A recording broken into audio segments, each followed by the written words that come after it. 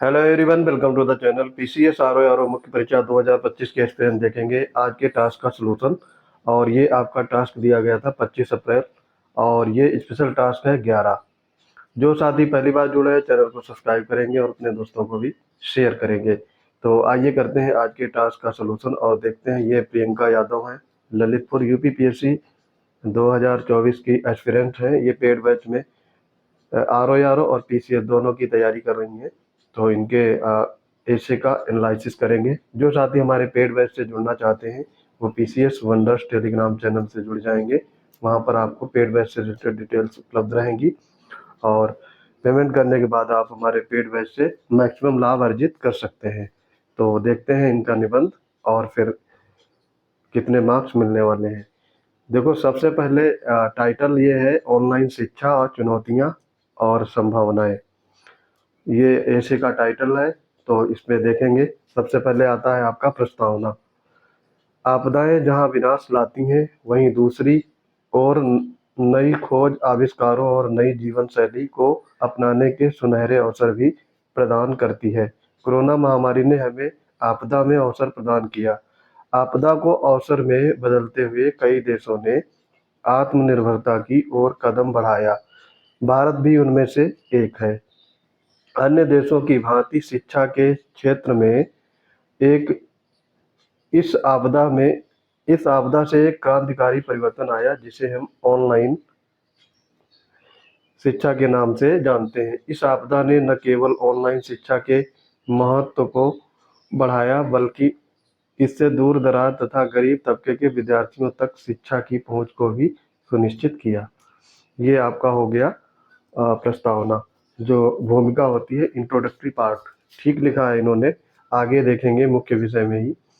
Online शिक्षा परंपरागत शिक्षा व्यवस्था का एक सुनहरा विकल्प है, जिसमें छात्रों को कला के बजाय भौतिकी कक्षा के बजाय घर बैठे वर्चुअल क्लास के माध्यम से पढ़ाया जाता है। इसलिए इसे ई लर्निंग के नाम से भी जाना जाता है। ऑनलाइन शिक्षा को दो श्रेणियों में विभाजित किया जा सकता है, सिंक्रोनस और असिंक्रोनस।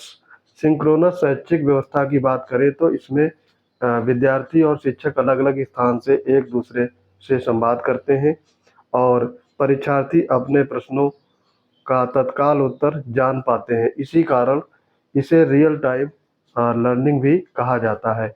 उदाहरण जैसे दे रही है, video conferencing, live chat, virtual classroom आदि।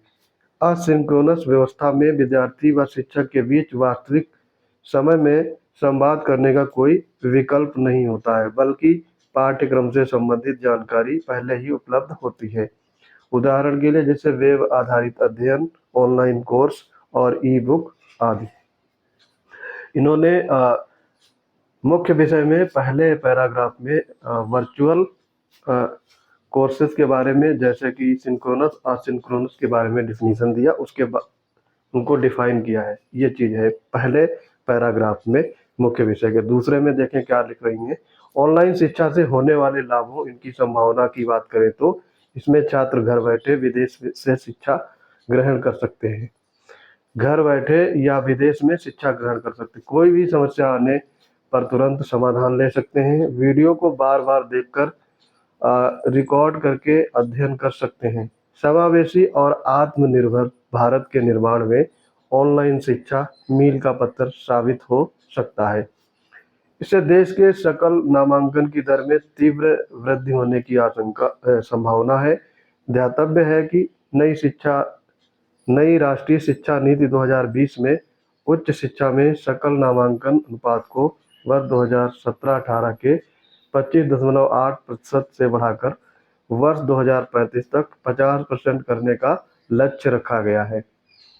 इसके आगे देखेंगे, ऑनलाइन शिक्षा के माध्यम से समाज के संवेदनशील वर्ग यथा दिव्यांग, महिलाएं और गरीबों तक शिक्षा की पहुंच सुनिश्चित होती है, जिससे सामाजिक सशक्तिकरण की अवधारणा को प्रोत्साहन मिलता है।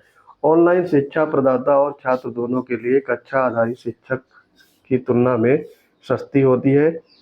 इससे कई प्रकार के खर्च जैसे यातायात, कक्षा संबंधी अवसंरचना, यूनिफॉर्म इत्यादि में बचत होती है। ऑनलाइन शिक्षा यातायात एवं अवसंरचनात्मक कमियों के कारण होने वाली दुर्घटनाओं जैसे जुलाई 2024 का ओल्ड राजेंद्र नगर कोचिंग हादसा दिल्ली की दृष्टि से भी अधिक सुरक्षित है। इसके अतिरिक्त ऑनलाइन शिक्षा शिक्षकों पर होने वाले व्यय को कम करने के साथ साथ शिक्षकों की कार्य दक्षता का सदुपयोग सुनिश्चित करेगी। उदाहरण, एक शिक्षक लाखों करोड़ों बच्चों को पढ़ा सकता है। जहां एक तरफ ऑनलाइन शिक्षा के ढेर सारे लाभ हैं, वहीं इससे संबंधित चुनौतियां समस्याएं भी कम नहीं है। इसकी प्रमुख चुनौतियों में भारत में बेहतर इंटरनेट कनेक्टिविटी का अभाव है, इंटरनेट की कम स्पीड आदि। फरवरी 2024 में जारी ओकला स्पीड टेस्ट ग्लोबल इंडेक्स 2023 में भारत विश्व में 47वें स्थान पर है। ग्रामीण क्षेत्रों में विद्युत व्यवस्था का अभाव है, जो कि ऑनलाइन शिक्षा में रुकावट बन सकती है। बिना आत्म अनुशासन या अच्छे संगठनात्मक कौशल के अभाव में विद्यार्थी ई शिक्षा मोड में की जाने वाली पढ़ाई में पिछड़ सकते हैं। छात्र बिना किसी शिक्षक और सहपाठियों के अकेला महसूस कर सकते हैं। परिणाम स्वरूप वे अवसाद से भी पीड़ित हो सकते हैं। ऑनलाइन शिक्षा पद्धति में बिना उद्देश्य के डिग्री ग्रहण करने के चलन में वृद्धि होने की संभावना है, जिससे शिक्षा की गुणवत्ता में कमी आ सकती है। ये ऑनलाइन शिक्षा के लूप होल्स यानी डीमेरिट बता रही हैं। इसके अतिरिक्त सौंदर्य, संस्कृति, फैशन डिजाइन, सिलाई, यात्रा और पर्यटन जैसे कलात्मक एवं व्यवहारिक शिक्षा की दृष्टि से ऑनलाइन शिक्षा अभी उतनी प्रभावी नहीं है।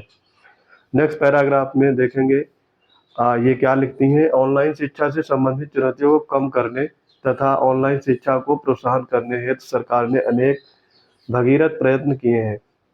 ऑनलाइन शिक्षा के डीमेरिट या फिर नेगेटिव चीज़ों को कैसे टैकल किया जाए, उसका ये सलूशन इस पैराग्राफ में दे रही हैं। इनमें स्वयं पोर्टल शुरू किया गया है, जो एक ऑनलाइन लर्निंग पोर्टल है। इसके माध्यम से लोगों को डिजिटल साक्षर किया जा रहा है। डिजिटल, ऑनलाइन और ऑन एयर शिक्षण को लागू करने हेतु पीएम ई विद्या पहल दूर दराज के बच्चों को हर वक्त गुणवत्तापूर्ण शैक्षिक कार्यक्रम तक पहुंच सुनिश्चित करने हेतु स्वयं प्रभा पहल।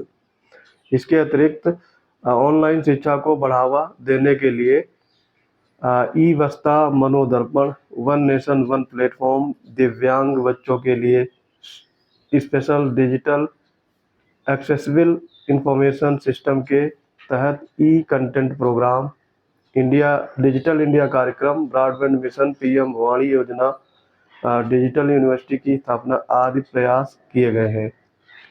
बदलते हुए वर्तमान परिदृश्य में पारंपरिक शिक्षा को प्रभावी बनाने के साथ साथ ई लर्निंग, ऑनलाइन शिक्षा, शैक्षिक पोर्टल जैसे उपायों को भी तेजी से बढ़ावा देने के प्रयास करने होंगे। हालांकि नवीन सूचना तकनीक एवं ऑनलाइन शिक्षा व्यवस्था हेतु एक वरदान की तरह है, किंतु परंपरागत शिक्षा का भी अपना महत्व है। इसलिए शिक्षा व्यवस्था को न तो पूरी तरह ऑनलाइन प्रणाली पर केंद्रित किया जा सकता है और न ही केवल पारंपरिक शिक्षा के सहारे रहा जा सकता है, बल्कि बेहतर परिणाम दोनों के सम्मिश्रण से ही प्राप्त किया जा सकता है, जिससे संपूर्ण समाज लाभान्वित होगा और राष्ट्र उत्तरोत्तर प्रगति की ओर अग्रसर होगा। इसी संबंध में कहावत बहुत ही प्रचलित है या प्रसिद्ध है, जरूरी नहीं रोशनी चिरागों से ही हो, शिक्षा से भी घर रोशन होते हैं। तो ये कंक्लूड करती हैं इस ऐसे को। तो काफ़ी अच्छा सटीक ऐसे इन्होंने लिखा है। इस ऐसे में इन्होंने लगभग सारी चीज़ें अच्छी लिखी हैं। थोड़ा सा प्रस्तावना पे और ध्यान दे सकती थी, प्रस्तावना थोड़ा सा इसमें इम्प्रूवमेंट की ज़रूरत है। तो ये मॉडरेट है। मुख्य विषय काफ़ी अच्छा लिखा इन्होंने है, बहुत अच्छा है ये। और उपसंहार भी सही से लिखा है, क्योंकि ये इसमें कंक्लूड किया है अच्छे तरीके से। उसके अलावा उसका उपाय भी बताया है। तो यहाँ पर इनको 50 मार्क्स में से 38 मार्क्स आराम से मिल जाएंगे। तो आई होप ये आप समझ रहे होंगे कि कैसे आप ऐसे लिखेंगे और क्या रणनीति होनी चाहिए, क्या क्या फैक्टर आपको ऐसे में सम्मिलित करने हैं। इसके अलावा अगर हमारे पेड बैच से जुड़ना चाहते हैं, आप आंसर राइटिंग को इफेक्टिव बनाना चाहते हैं, अभी तक आपने कोई भी आंसर राइटिंग नहीं की है तो आप ज़रूर जुड़ेंगे। पीसीएस के लिए आपको हिंदी और ऐसे ये दोनों बैच एक कंबाइंड बैच चल रहे हैं, इनमें आप इनरोल कर सकते हैं। ये आपके बहुत काम आने वाला है, क्योंकि यहाँ से आपके नंबर जितने ज़्यादा होंगे उतनी अच्छी आपकी रैंक बनेगी। इसके अलावा आर ओ में प्रीलिम और मेंस दोनों पेड बैच एक्टिव हैं, इनमें भी आप इनरोल करके मैक्सिमम लाभ अर्जित कर सकते हैं। इसके लिए आपको जुड़ना होगा पीसीएस वंडर्स टेलीग्राम चैनल, वहाँ पर इन सारे बैच की डिटेल्स उपलब्ध रहेगी और पेमेंट करके आप इन दोनों बैच का मैक्सिमम लाभ अर्जित कर सकते हैं। तो आई होप ये वीडियो आपको समझ में आ गया होगा। मिलते हैं अपने अगले इंपॉर्टेंट अपडेट के साथ, तब तक के लिए पढ़ते रहिए। जय हिंद।